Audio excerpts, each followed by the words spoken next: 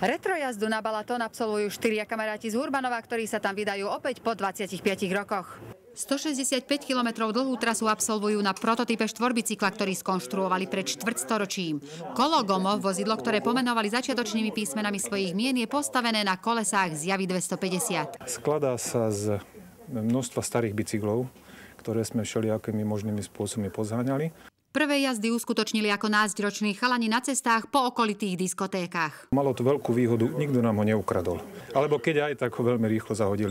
Okrem dobrej kondície a skvelej nálady si chlapci a ich početný jednostopý sprievod museli zabezpečiť aj kvalitné palivo. Pri tom čerpaní paliva prestávate točiť chlap. To sa tiež dá, auto ide rýchlo.